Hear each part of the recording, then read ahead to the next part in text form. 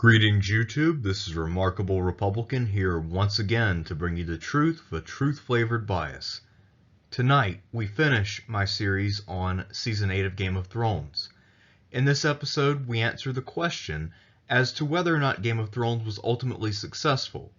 The role of any final season is to wrap up all of the story arcs for the characters, and because of the huge number of characters Game of Thrones has, that was a tall task. Here, I have looked at the story arcs of all of the major characters who made it in Season 8. There were a few people like Podrick and a couple others that I didn't include because they weren't all that important, but I have included some 18 characters and seen their stories through the completion. So, let's begin, and then we will proceed through all of the characters, and what I'll show is that Game of Thrones Season 8 is actually extremely successful at bringing everyone's story to a satisfying and thematically appropriate conclusion. We'll start with the most popular character in the entire show, Daenerys Targaryen, better known to her friends as Dany. The key theme of the entire Game of Thrones is that Targaryen Revenge is coming. The Targaryens had been wronged and thrown out of office by Robert Baratheon, and when we begin the show, Robert is worried about Dany reviving the Targaryen dynasty. The idea here is that the Targaryens may come back with a vengeance, and since her brother Viserion dies early in the show, it will be up to her to be the instrument of that revenge. Her dragon's fire represents anger, revenge, and purification. The dragons also are a symbol of her house. Now, as for Dany's story arc and her character, we have to remember that she lives in a world without any legitimate religion, and without any kind of religious code to guide her, Dany was not limited in her mission, and her actions could be whatever she chose to be appropriate. Also, no one really had a legitimate grounds from which to judge her morally. Her actions were always rational, but she was under heavy pressure, so she tended to become a little bit more harsh than she needed to be at the very end. We'll talk more about why she was perceived as crazy. She never went crazy in this show. Anyone who thinks that didn't understand what happened. Her arc as a whole is to evolve as a leader and learn to be a true Targaryen using blood and fire. Her earlier, gentler methods didn't work. In Essos, every time she tried being gentle, she was rewarded with revolts. People were re-enslaved, sometimes somewhat willingly, because they had not earned their freedom. So, over time, she learned why her ancestors had always used blood and fire, and why they had not been all merciful. Ultimately, Daenerys was a victim of fate in the course of history. She didn't really do anything wrong, but as we'll see, there was a greater force at work. The Targaryen Revenge, while it seemed like it was about her for 98% of the show, it actually wasn't. There were other factors involved. There are 3 instruments of Targaryen revenge, the second of whom is Jon Snow. To see the third instrument of Targaryen revenge, you'll have to wait till the very end of the video. Jon Snow has by far the most complex character evolution, but what really characterizes the whole thing is that Jon is somebody who's never discontent with his lot in life, and he'd be happy to stay wherever he is at any given time. However, he's forced to step up into higher and higher roles, and he never knows why. He doesn't understand that he is a man of destiny, and that he has a great role to play in the world around him. He gladly bowed to his queen because he did not want the throne. This is something that Mauler and other critics don't seem to grasp. When Jon bows down to Dany, it's not because he is weak or he's beta or because he's just so love-stricken that he can't do otherwise. It's that he never wanted to be a leader in the first place. He thought that he was sort of destined for mid-level leadership and maybe a bit of exploration and fun. He never wanted to be a king or a ruler. And after the death of his family and then his ascension to the throne of the North, he saw that as his duty, not as something that was pleasant. And then he has this Targaryen heritage thing dropped on his lap, and that was the last thing the man wanted. So he kept being presented with situations that were uncomfortable. He also thought, perhaps wrongly, perhaps rightly, that Dany was a better leader than he would ever be. He knew that Dany had amazing charisma and that she's someone who everyone looked up to and that people were willing to die for. He could see that with Jorah Mormont and others, people who were dedicated to her on a level that was almost fanatical. Since he had been betrayed several times at that point, he knew he was not that kind of leader. I mean, he was a good leader. He was good at fighting. He was good at inspiring men, sharing their burdens, all that normal stuff that leaders do. But he didn't inspire fierce, blind loyalty the way that Daenerys did. And even once he realized he had a claim to the Targaryen throne, he looks like a Stark, not a Targaryen. In many ways, in the Game of Thrones universe, if you remember back to Season 1, you are what you look like. Ned Stark famously talked about how he understood that Robert was not the true father of Cersei's children because all of them had blonde hair rather than black hair. Ned never even considered the possibility that Lannister DNA was just dominant. It was just that you look like your father, period, the end. But that's not true for Jon. Jon's father must have been a big blonde Targaryen guy. But he's not. So, yeah, think about it. Jon never became weak. He just had fewer chances to shine as a subordinate. In Season 8, he is just trying to be a part of the team. He's trying to do his role leading the Northmen and at one point leading a dragon. And he does his job extremely well. He does some stupid stuff at the Battle of King's Landing where he tries to prevent his men from rape, pillaging, and plundering. Something that is foolhardy. If you know anything about warfare whatsoever, you know that trying to prevent a sack of a city when the men are really riled up is a sure path to a bad wound or death. Ultimately, when he kills Dany, it's not because he wants to, but because he feels he has to. Once again, this young man is forced into a situation he doesn't want to be in. Now, I think that he was actually wrong to murder Dany if we're looking at it on the merits of the case, but if we're thinking about it in terms of Targaryen revenge, he is the rightful heir to the throne rather than her, so if the Targaryens are to be restored in full, it should go to him. Also, he's a man, she's a woman, and the system was designed for men to rule because men typically are more accepted by other men. Whether Jon or Dany was more gifted at rulership is another question. I'd say they're about equal, even though they have different strengths and weaknesses. Jon was more steady, and he was also more just, but Dany was smarter and braver. He was driven forward by fate and history to end the Targaryen cycle, or at least to end his part of it. And fate and history rewarded Jon with life after he fulfilled his purpose. Most characters, after they fulfilled their purpose in the Targaryen Revenge cycle, were killed, as we'll see with the Lannister lovers and what we've seen with Dany so far too. Only 2 people survive, one of them is Jon. After losing his youth to a struggle he didn't give a shit about, Jon finally got to go north and join the Free People and enjoy his life. That was something he wanted to do. He was at his happiest when he was north of the Wall, free from all the structure of society, where rather than being the bastard son of Ned Stark or the secret Targaryen, he could just be himself. He could just be Jon. He could find a woman and settle down like he had wanted to do earlier. So he had a chance to reclaim his life and become happy for a change. So I'm actually really happy for Jon Snow. I think his story wrapped up beautifully. If Jon's evolution is the most complex, Theon's is perhaps the most emotionally moving.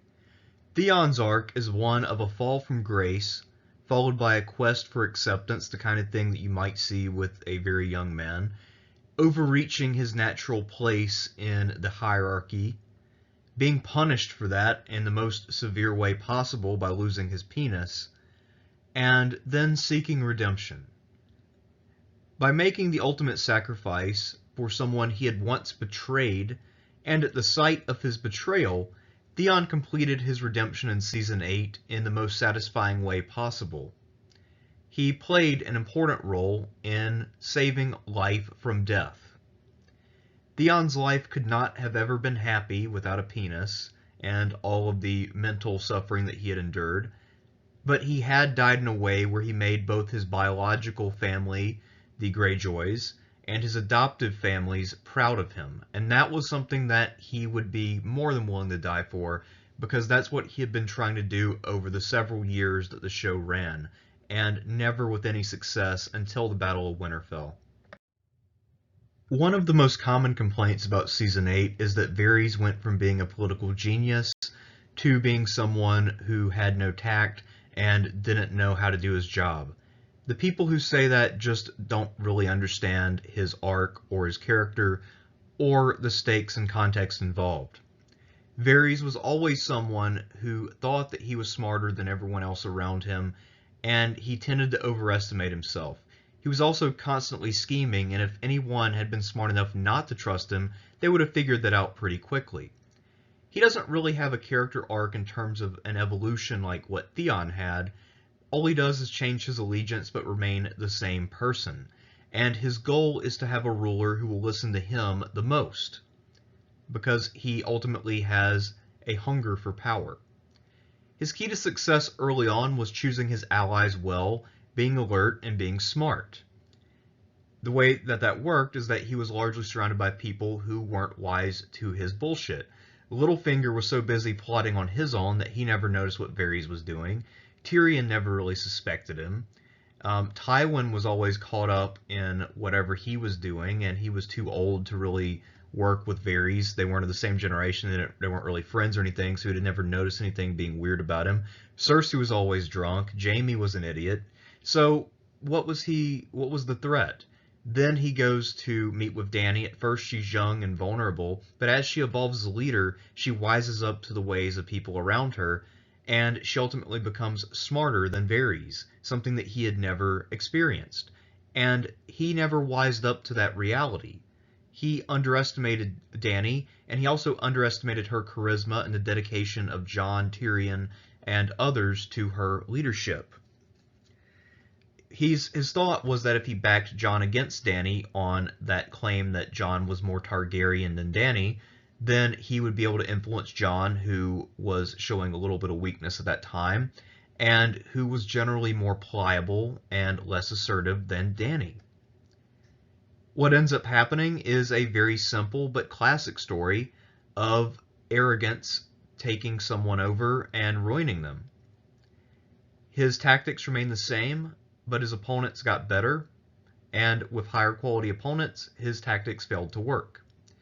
Famously, at the beginning of the show, in the first or second season, he told Cersei that in the Game of Thrones, you win or you die. Well, he played, he didn't win, he died. Story closed. Another figure of controversy in Season 8 is the ever-popular Tyrion Lannister, played by Peter Dinklage. He spent most of the show seeking a purpose in life. He knew that as the son of a noble house, he would one day be expected to succeed to the leadership of the Lannister family, but he also knew that he would never be fully accepted because he was a dwarf, and that his father hated him and wanted to replace him with Jaime, who was otherwise occupied.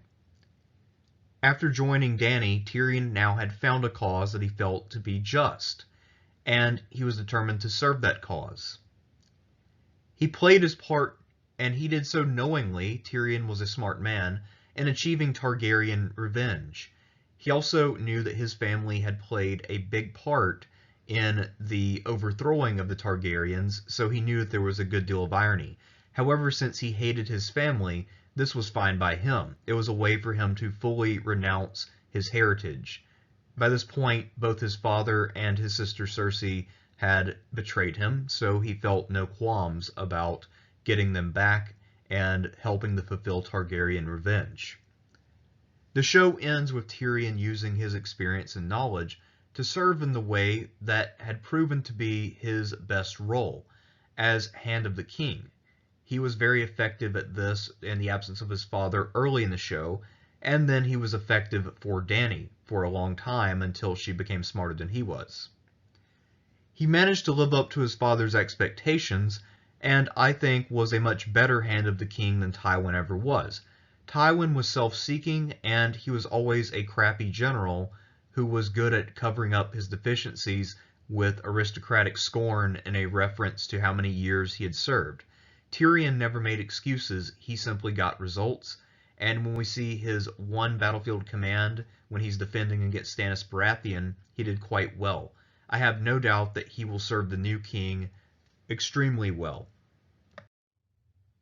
Arya Stark has an absolutely fascinating and brilliant character arc.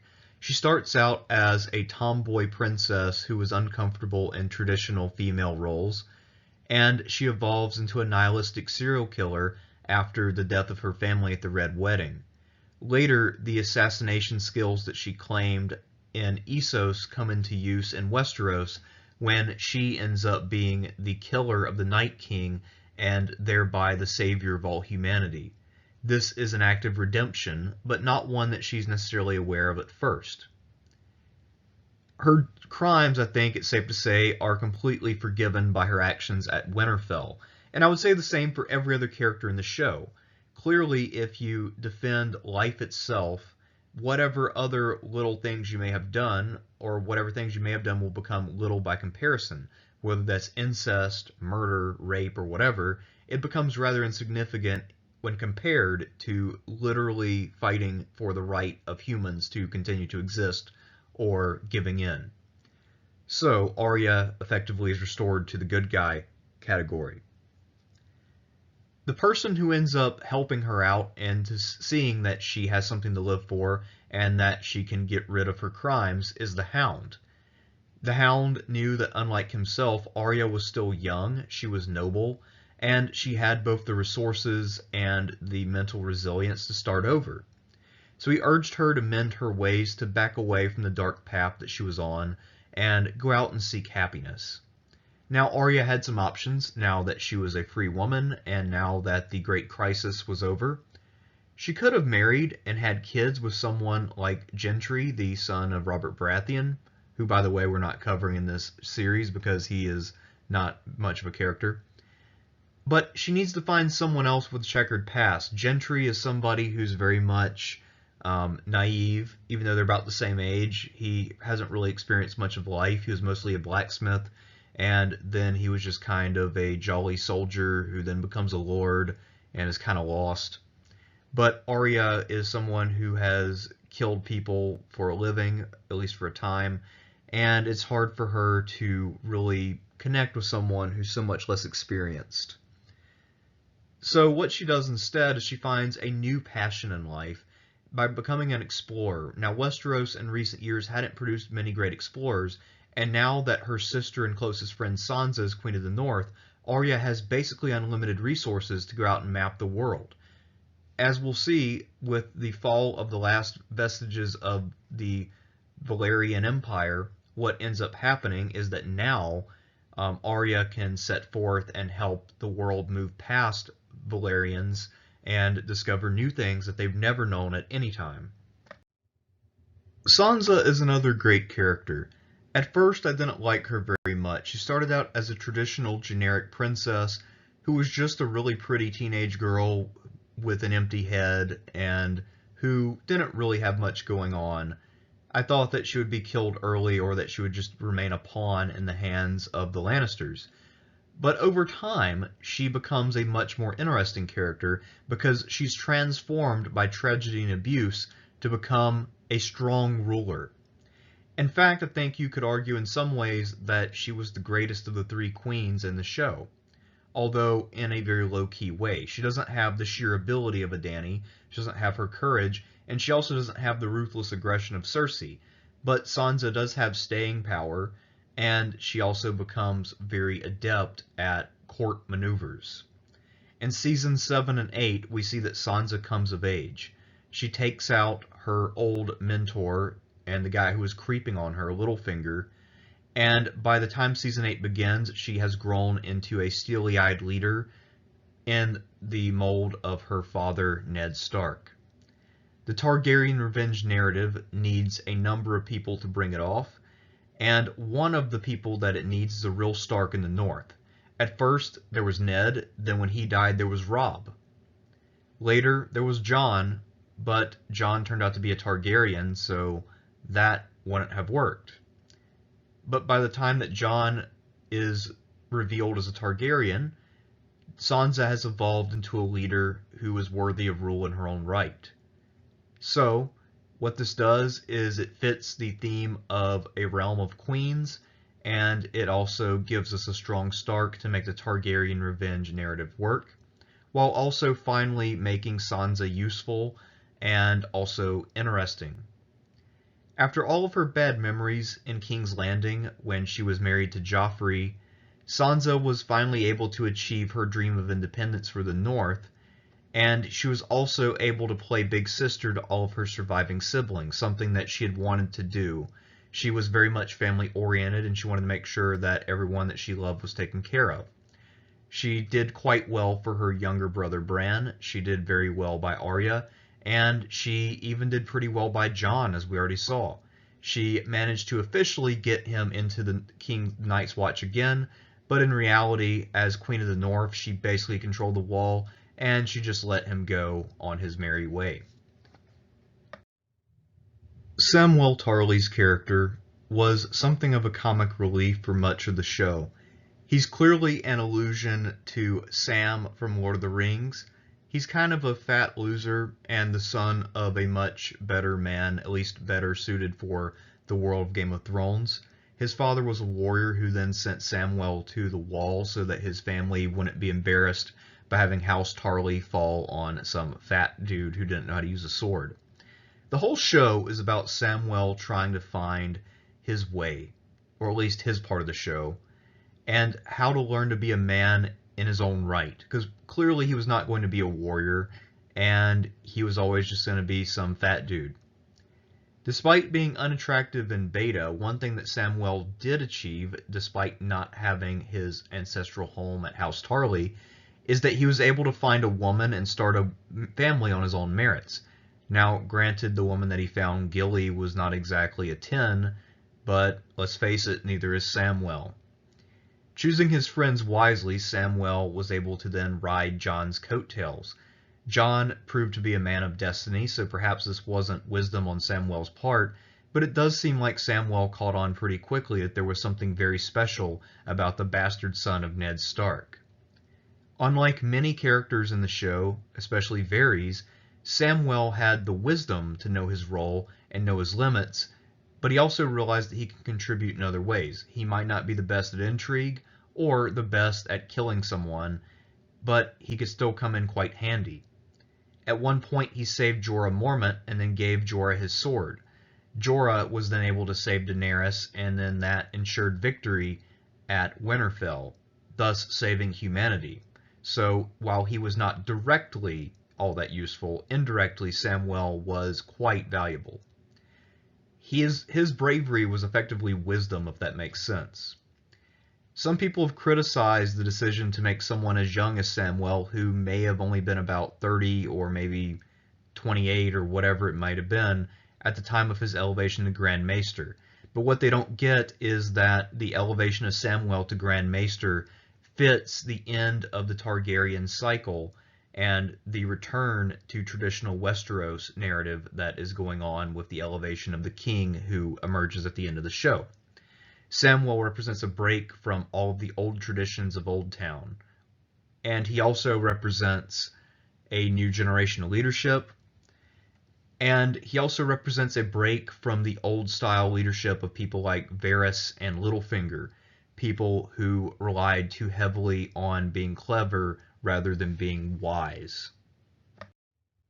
When we first meet Jorah, we know that he is a disgraced exile in Essos, but we don't really know all that much about him. Later we learn that he is someone who has a reputation for being a rogue, that he has disgraced his family, and that he is seeking purpose.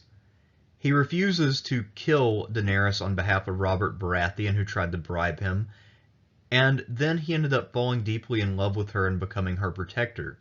Dedicating his life to Dany as she begins to rise up and become the Great Queen, Jorah fights for her on many occasions and has to guide her through the early stages of her rise.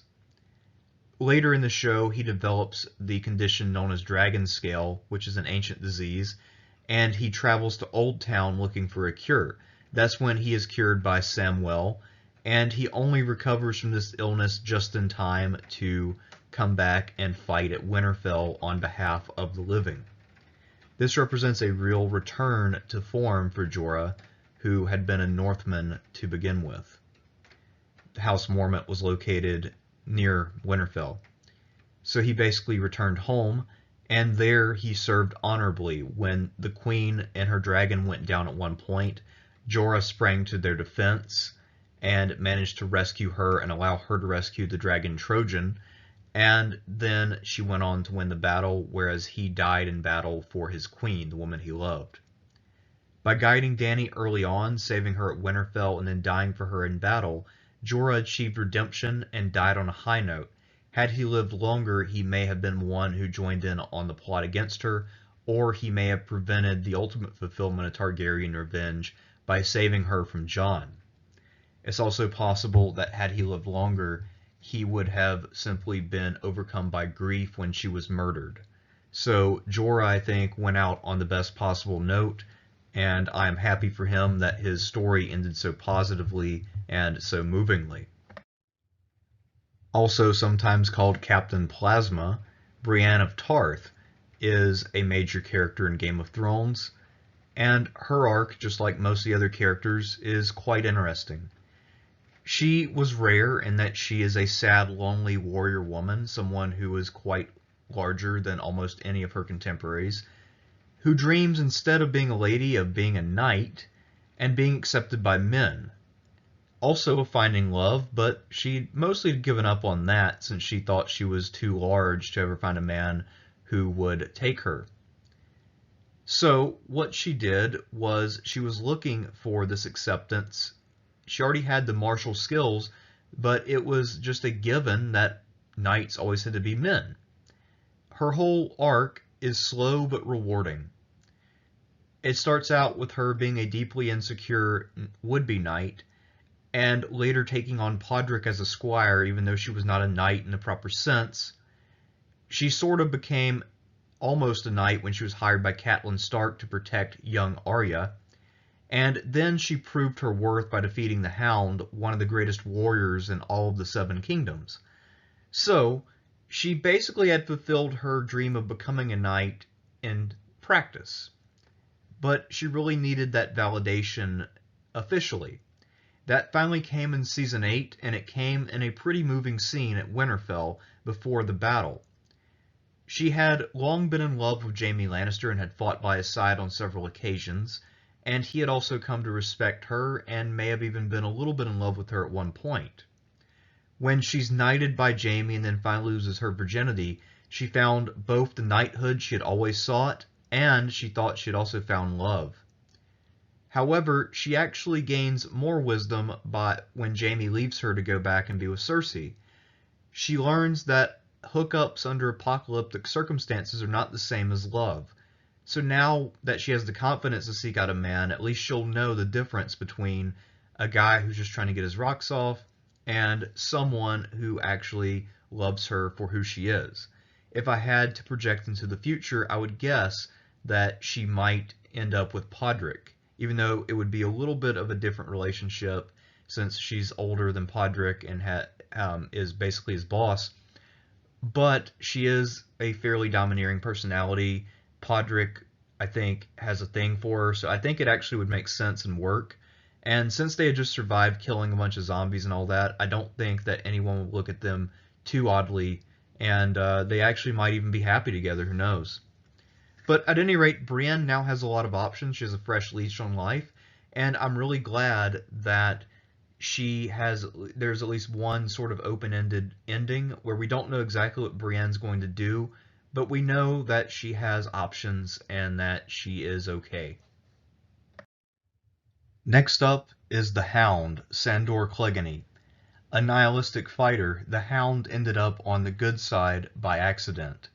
His only reason for choosing the good side is that one, his brother was fighting for the other side and he wanted to kill his brother, and two, he was redeemed and saved by the fire god, who was a close ally of Daenerys and the Red Witch, Melisandre, and some other people. He was able, in the end, to set Arya on her path to become a killer, That was a few seasons ago. And also, in Season 8, he was then able to save her from her own rage. After she survived the Battle of Winterfell and they were riding to King's Landing and she was looking to go take out Cersei, he told her, Arya, you don't need this. You can live a happy life. You don't need to die here. There's no reason for that. And he could have applied the same logic to himself, but he doesn't. The reason is he's a lot older and he's also really scarred up and nasty looking, and he entertains an unnatural hatred for his brother, something that is irredeemable. In layman terms, Sandor Clegane was fucked in the head, and he knew that he was simply too bitter to live, so at least he had some self-awareness. Unlike Arya, he didn't have any family to support him, and he didn't have a close relationship with one of his siblings. Arya and Sansa were best friends, so that helped them, but he had no Sansa in his life. As for the Clegane Bowl, that is something that was epic and thematically genius. It's something that we've been waiting for the entire show ever since Season 1. And the way that it's set up, as I mentioned in my video on the Battle of King's Landing, was absolutely brilliant. It's one of the best shot scenes in all of Game of Thrones. So, skipping over the part where he kills the guards easily, and then the mountain takes out Clyburn, we'll get back to that, and then Cersei escapes. The battle was epic and thematically genius. It's going to be a crazy fight because the Hound is more skilled at this point since he has all of the senses, but the mountain can't be killed by normal means. So what Sandor has to do to win is to fall from a great height. That's the height of grace he'd achieved by helping to fight against the dead at Winterfell, to pursue vengeance against the zombie brother who had burned him by jumping down into this great fire pit, which was the thing that he had feared most in life because of the brother he was killing by that means. So it ties everything up, and it also represents the fall of the corruption that was the Red Keep, the thing that had corrupted the people who had then allowed the mountain to abuse a young hound in the first place. The Hound's arc is dark, and if you really think about it, it's actually pretty sad. But it's also badass. I mean, the Hound just goes on a suicide mission, not because he has to, not because it'll make a difference as to whether his brother lives or dies, but because he wants to make sure his brother dies, and he doesn't give a shit if he dies in the process. That's kind of badass. I respect that. Next up is a character who has been with us the entire show, but only becomes interesting in Season 8. That is Davos Seaworth. He started out as an illiterate advisor for the illegitimate and absurd Stannis Baratheon. Stannis, of course, was a fucking terrible leader, a terrible general, and a terrible person. Why anyone would follow him is anyone's guess. But why he appointed Davos as his hand is beyond me, since Davos couldn't read or write, and one of the hand's main jobs is to keep records. Anyhow, Davos was a terrible hand of the king because he was uneducated, and there was also a weird relationship between the two of them. Stannis had caught Davos when he was still a pirate, and he had removed the fingers from one of Davos's hands. Davos then wore those fingers around his neck to remind himself to remain loyal to Stannis, so it was sort of a classic case of Stockman's syndrome, where he thanked his torturer and his the person who had really screwed up his life. So they had a very strange relationship. It could have maybe been a little bit homosexual. I'm not even sure what was going on there, but clearly in the books there must be a lot more. So Davos's arc takes him from being cucked by Stannis to being able to think for himself. Stannis had been a huge fan of the Red Witch Missandei, but Davos was going to murder her because she had killed the little girl, Stannis' daughter. But of course the Red Witch Missandei dissolved after the Battle of Winterfell because she had her own guilt about what she had done, and also she knew that she had fulfilled her purpose. So that gave Davos some sense of something that he had not known before, Targaryen Revenge. That let him in on that, and we see it through his eyes, and that's what one of the things that reveals the narrative to people who hadn't caught on it before. Of course, Davos played a big role in Stannis' battles, but he was too old and untrained to really be that useful. He's also one of the main culprits for the defeat at Blackwater Bay when Tyrion deployed the wildfire and took out a lot of the fleet. At the two battles in Season 8, well, Davos was still old and still uneducated. He was present, he fought, he did what he needed to, but again, the guy was too old to really do all that much. Now that he knows how to read and he has acquired experience in government, he will make a good stopgap advisor. The reason I say stopgap advisor is simply because he's old and he probably won't live that much longer. And even if he does live longer, he'll probably want to retire somewhere at some point. So he will provide a little bit of good temperament and a little bit of folk wisdom, since he has a humbler background than the other people who are now in government. So, he served his purpose, and finally we see what he's going to bring to the table now that he actually has something to bring to the table. Sir Bronn is one of the best characters in the show. Named after LeBron James, Sir Bronn is, ironically, totally selfish. He's an opportunistic rogue, what Han Solo should have been in the original trilogy, but wasn't. Bronn never changes because he doesn't need to. He already perfectly fits the world in which they live. And as you see by his steady rise from humble hedge knight to great lord, he clearly had all of the tools he needed to succeed, and he made all the right decisions for himself. After scorning lords his whole life, Bronn's arc is to have all of the skills necessary to become one. So he ended up becoming what he hated most. Although I don't think he was too displeased by that. His self-centered behavior and his high level of skill made him the Lord of Highgarden, a really important post. Threatening Jaime and Tyrion in Season 8 prior to Winterfell, and then ducking out and not participating in either major battle, yet being rewarded heavily at the end, that is something that was fucking brilliant. Bronn was able to avoid two of the biggest and bloodiest battles in the history of Westeros, and thereby save himself from an unnecessary death like the one that Jorah suffered. He knew that his presence wouldn't be enough to make that big of a difference, even though he was a great swordsman, so he didn't show up. Now, while you might disagree with that morally, clearly he should have fought against the forces of the dead, the fact is that Bronn gambled and won. And I respect that he was so consistent over the course of the show. He's able to get on the council for the new king because his street smarts will be useful, and he is very good with money. He's the only person on that council who has legitimately made a fortune.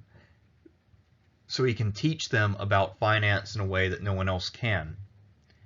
Tyrion and others can watch him also now that he is a major player. For obvious reasons, Tyrion will have reason to distrust him, and I imagine that Davos and the other people on the Privy Council will also feel the same way, since Bronn is not exactly noted for his selfless behavior or for his gratitude or loyalty. Next up is Jaime Lannister. Jaime's arc is somewhat simple, but it works. Jaime was an arrogant, incestuous jock who started out as having a huge chip on his shoulder because he was famous for being the Kingslayer, and he didn't like his reputation. He took it out on other people. Then he lost his hand, and with that hand, he lost his ability to fight as effectively as he had. He went from being perhaps the greatest swordsman in the Seven Kingdoms to being just another guy. Now humbled, Jaime has to wise up and reevaluate his life. He then has to learn how to fight afresh with his offhand, and he does so pretty effectively, although it takes time. Because he will never be quite as good as he once was in personal battle, he then has to find other ways to be effective, especially with his father dying and with Cersei's rise to the throne. So what he does is he learns to become a military commander, something that he had never envisioned himself doing. He always wanted to be the guy in the front line swinging a sword, but now he also learns how to think and strategize. After Cersei betrays him, he decides to fight for the living, and also to seek love elsewhere outside of his own family, to live a cleaner, better life. He won the heart of Brienne of Tarth, but he quickly realized that Cersei was hotter and that he would always be much more attracted to her. She was his soulmate, even though she was his sister, and that's bizarre, but that was his truth. That's what he found out about himself. And that sounds fucked up, but that's what was going on in Jaime's head. And again, I said it before, if you fought for the living and you literally took part in saving mankind, then all of your previous sins should be forgiven. I don't think too many people would have cared that much that Jaime was plowing his sister, given that he had helped to save the world. The problem was that his sister had done nothing to help save the world. After helping to save mankind, Jaime then decided that he needed to seek out his own happiness and that could only be found with Cersei. So he went back in the King's Landing and tried to rescue her. One of the main critiques that the EFAP type guys have is that Jaime's fight with Euron was badly out of character. I will address how it was not out of character for Jaime. In Jaime's mind, his goal was to rescue Cersei in every way possible and to seek out a life with her somewhere. Euron was an obstacle to that. Euron clearly intended to fight him, and Euron had already taken advantage of his sister. He had encouraged his sister to betray Jaime, and he had also had sex with Jaime's woman. All of those things were killable offenses in the Game of Thrones world. So they fought, and Jaime managed to win. People say that it was unfair because Jaime was not what he once was back when he had two hands. What they fail to realize, though, is that Jaime was still a big name, and also he did recover a lot of his skill, although not all of it. So he was hardly easy to kill, and he put up a pretty damn good fight and eventually won. This leads us to Joran Greyjoy, also known as the evil uncle of Jorah and Theon. Euron was a gambler and adventurer with a lot of energy and charisma, but throughout the show we see that he never really had a plan, and he always relied on luck and sheer force. He just relied on whatever he thought of in the moment. He wasn't the kind of guy to look ahead, and for the most part it worked out for him. Euron Greyjoy was the Heath Ledger's Joker of Game of Thrones. He was obsessed with goals that only he understood and which were not strategic. We don't really know his motives, and it's possible he didn't even have anything that would resemble a rational motive that we could understand. His whole story is that he's basically a crazed bro who falls in love with Cersei, so we do know that he's in love with her and that there's something there, at least on his end, and he wants to help her rule the Seven Kingdoms. That kind of power will then give him opportunities to pursue his other goals, which again are not clear, but that would make sense to him, I suppose. When his fleet is burned, he then just wants to kill Jaime, because it's a notch in his belt, and then he'll have no rival for Cersei. He can potentially go into the castle, get Cersei, and then swim away. He can probably find one of his ships or some wreckage and get out. The guy is a world explorer. He knows the map of places that hardly anyone else knows. But that's not to be. He loses the fight with Jaime, but he thinks that he mortally wounds him. And like anyone who is completely psychotic, Euron is always happy. Euron doesn't have a sad moment. So even though he failed to rescue Cersei and then take his love to a distant land where they can start over, Euron still probably inflicted a mortal wound on Jaime Lannister, his rival. So that's also pretty good, and he doesn't have to live with the consequences of neither having Cersei nor having control of the Iron Islands. Now let's talk about the character of Clyburn, Cersei's Grand Maester in King's Landing. Clyburn had been the smarmy understudy of the previous Grand Maester, whom Cersei had hated and then had murdered by the Mountain. Clyburn was self-serving, evil, and in many ways he is a Nazi scientist who's working for Cersei, who is often painted as a kind of Hitler-like figure based on the way that certain shots are shown and some of the actions that she takes, especially in seasons 6 and 7. Like anyone who violates nature and has no ethics, Clyburn ends up being killed by his own creations or the consequences of his own actions. In that way, he's also a kind of Dr. Frankenstein-like figure. Clyburn's death also shows what happens when beta males try to exploit alpha males like the Mountains in the Game of Thrones universe. Unlike today, where beta males often get away with giving orders to alpha males, in the age of fire and blood, we're still in the Targaryen cycle at this point, that is not allowed, and Clyburn eventually gets his comeuppance when the Mountain gives him the same treatment that he gave to Oberyn back in one of the earlier seasons. To return to the idea of Targaryen revenge, let's talk about Cersei Lannister and her character arc. Her character arc is going from being a flippant drunk to a strategist like her father. Her crimes rise from giving petty insults to Tyrion about his height to large-scale murder when she destroys a house of worship and many people within it, ultimately also discouraging her son and causing him to commit suicide. By Season 7, Cersei has evolved into a real queen, a dark mirror of Dany, and a warning about the corrupting power of the Iron Throne. Her use of wildfire at some points also makes her a potential Targaryen replacement. It's also fitting that Dany's final obstacle will be against the widow of the man who overthrew her father and kicked the Targaryens out of Westeros. So it fits narratively and thematically that it should be Cersei in the final showdown. And she's also the perfect mirror for Dany because she does exactly the opposite of what Dany does at every point. Dany was concerned with the March of the Dead. Cersei sent no reinforcements. Dany was going to respect the norms of parley, but then Cersei executes Melisandre, Dany's best friend. Cersei was going to defend the city using traditional tactics against dragons, and Dany undermined those tactics by coming up with a very bold frontal assault.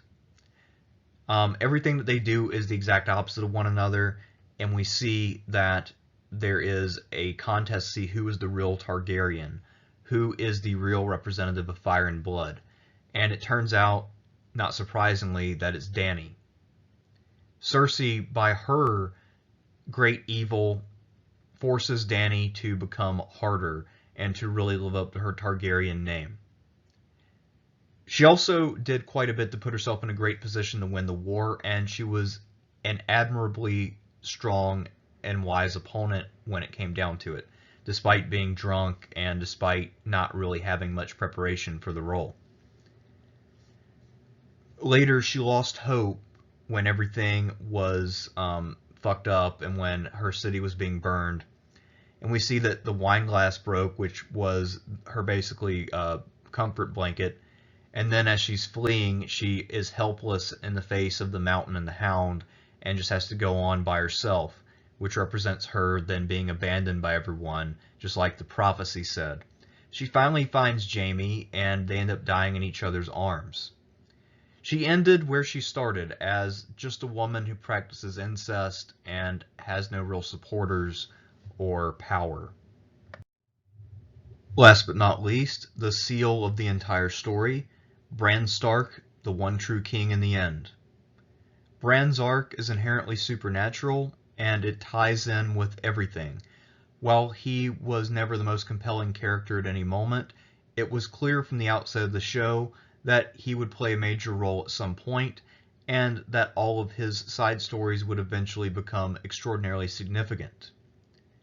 He also is the fulfillment of the Targaryen Revenge narrative, as we'll see.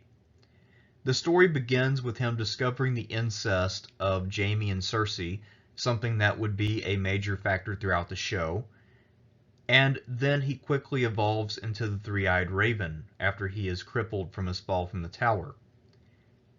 Throughout the show, he often has encounters with the Night King, especially when he's in the north. Later at Winterfell, he finally comes face to face with his foe, and that is when Arya is able to catch the Night King distracted and kill him. Bran, therefore, played a major role in defeating the darkness. He was working on the problem of the dead while everyone else was squabbling over a throne at King's Landing. This makes him kingly because he had the foresight to understand the bigger issue, the issue which could have made all the other issues irrelevant. Bran's rule over the Seven Kingdoms makes sense because this role will require someone who has wisdom and will need supernatural knowledge of who he can trust and who he can't in order to repair all the damage and keep everyone in line. His rise is both a return to normalcy, i.e. male rule, and the result of victory for the living. No one represents the living more, now that Dany is dead, than Bran. Bran, who is the three-eyed raven. Bran, who is the antithesis of the Night King. Bran also marks a return to pre-Targaryen Westeros. His religion and the spiritual things that happen to him are something that existed well before the arrival of the Targaryens. So this is Westeros reclaiming its original culture and ridding itself of the former Targaryen influence. And the Targaryens, of course, were the last remaining survivors of the old Valyrian civilization with all the dragons and Valyrian steel. So Bran is the ultimate symbol of moving past that into a new world, kind of the end of the Middle Ages and the beginning of a modern period. Another symbol of this, as I mentioned earlier, is that Arya will set out on new voyages of exploration. You could also even argue that Euron's earlier explorations were a kind of precursor for the new era under the Starks, where Westeros is for Westerosis once again. Bran will make Westeros Westerosi once again, just like Trump is making America great again. I'm the Remarkable Republican, bringing you the truth with truth-flavored bias, signing out, and this concludes my series on Game of Thrones Season 8. I will now move on to more pressing and current topics.